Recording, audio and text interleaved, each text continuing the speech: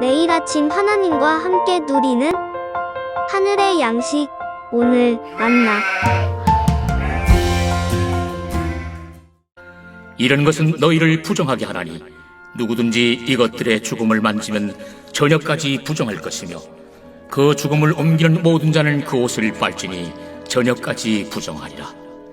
굽이 갈라진 모든 짐승 중에 쪽발이 아닌 것이나 새김질 아니하는 것의 죽음은 다 내게 부정하니 만지는 자는 부정할 것이요 네 발로 다니는 모든 짐승 중 발바닥으로 다니는 것은 다 내게 부정하니 그 죽음을 만지는 자는 저녁까지 부정할 것이며 그 죽음을 옮기는 자는 그 옷을 빨지니 저녁까지 부정하리라. 그것들이 내게 부정하니라.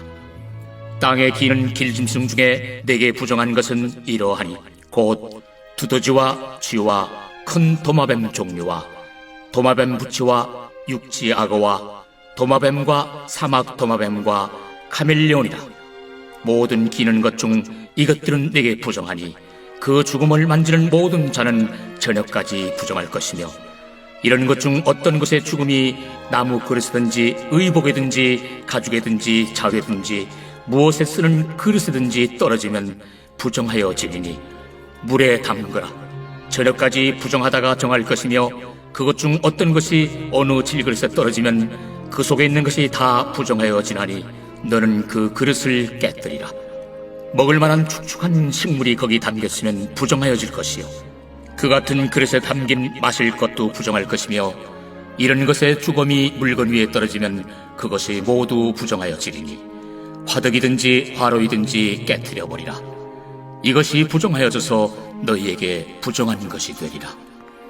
샘물이나 물이 고인 웅덩이는 부정하여지지 아니하되 그 죽음에 닿는 것은 모두 부정하여질 것이요 이것들의 죽음이 심을 종자에 떨어지면 그것이 정하거니와 만일 종자에 물이 묻었을 때에 그것이 그 위에 떨어지면 너희에게 부정하리라.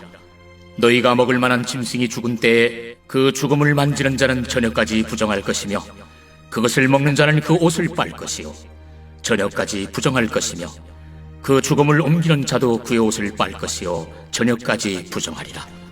땅에 기어다니는 모든 길짐승은 가증한즉 먹지 못할지니 곧 땅에 기어다니는 모든 기는 것 중에 배로 밀어다니는 것이나 네 발로 걷는 것이나 여러 발을 가진 것이라. 너희가 먹지 말지니 이것들은 가증함이니라.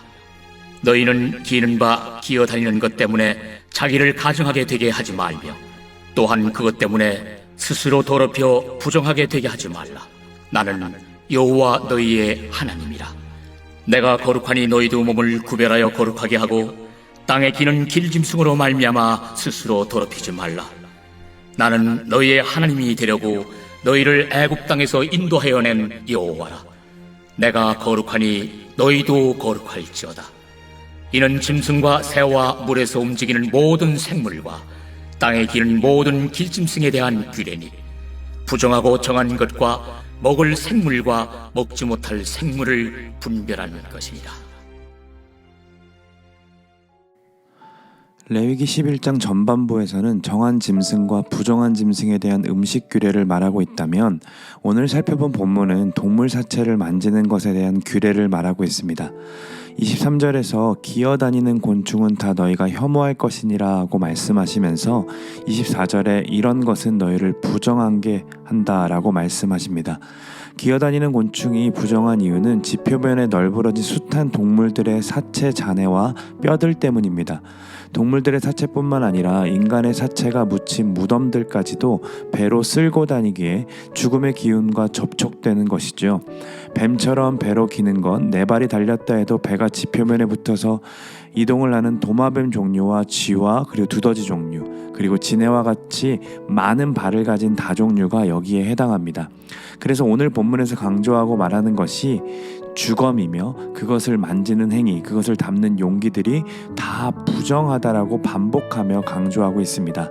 주검이라는 것은 곧 죽음을 상징하기에 부정한 것이고 만지는 행위, 닿는 행위가 사람을 부정하게 만든다라는 것은 결국 그 부정함이 정결한 사람에게 전염되는 것을 의미합니다. 이와 같은 의미로 어제 살펴보았던 동물들을 생각해보면 육상 동물 중에 되새김질을 못하고 굽이 갈라져 있지 않는 동물들은 육식동물에 해당합니다. 즉 그들은 죽음을 유발하고 피를 쏟아지게 하는 동물들이기에 부정하다 말씀하신 거죠.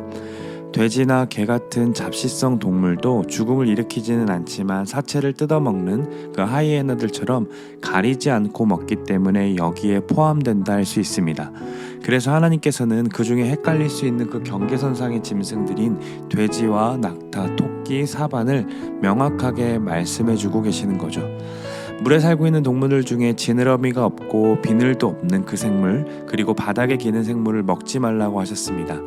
그 이유도 육지에서 바닥에 기는 생물들을 먹지 말라 하신 이유와 같습니다. 수중 밑바닥에 서식하는 생물들이기에 가라앉아 뒤섞여져 있는 사체와 접촉할 수 있기 때문이죠. 공중에 나는 새들도 사냥하여 피를 내서 찢어 먹거나 짐승의 사체를 뜯어 먹는 독수리와 같은 새들이 여기에 해당합니다. 그 외 부엉이나 올빼미, 생명을 통째로 삼키는 펠리칸 종류도 마찬가지입니다. 이러한 금지된 새들은 피를 흘리게 해 죽음을 유발하고 사체를 뜯어먹어 죽음과 접촉하는가 하면 생명을 집어 삼키기에 부정하다라고 말씀하신 겁니다. 우리는 어제 말씀을 통해 부정한 짐승을 규정하신 이유가 내가 거룩하니 너희도 거룩하라는 취지에 있음을 나누었습니다. 무엇을 하고 안 하고가 중요한 게 아니라 하나님 말씀이 기준이 되고 있는지가 백성들을 거룩하게 만드는 것이라고 했죠. 오늘 본문은 부정함이 결국 사체, 곧 죽음과 관련이 있음을 이야기하며 그 부정함을 만지거나 닿으면 전염된다라는 것을 이야기하고 있습니다. 확진자와 접촉하게 되면 우리도 얼마든지 전염될 수 있는 요즘을 보내며 우리는 오늘 본문이 말하는 부정함의 전염이 어떤 의미인지 피부로 느낄 수 있습니다. 구약에서는 이렇게 거룩한 것이 부정한 것과 접촉할 경우 언제나 거룩이 훼손되었습니다. 그래서 부정한 것은 철저하게 격리하고 거리두기로 차단되거나 철거와 소각을 통해 근원적으로 제거해 왔던 겁니다. 오로지 구약시대의 부정결이 정결하게 되는 방법은 하나님의 임재밖에 없었습니다. 거룩하신 하나님이 성막에 거하시고 임재하시고 머무시기에 그 성막이 거룩한 곳이 된 겁니다. 그런데 신약에서는 놀랍게도 방향이 역전되죠. 어떻게 이 일이 이루어집니까? 거룩하신 하나님이 부정결의 세계로 오셨기 때문입니다. 예수님은 부정한 자들에게 먼저 접근하셨습니다. 거룩이 부정결과 접촉했음에도 거룩이 훼손되지 않고 부정결이 해결됨을 우리는 복음서 곳곳에서 볼 수 있죠.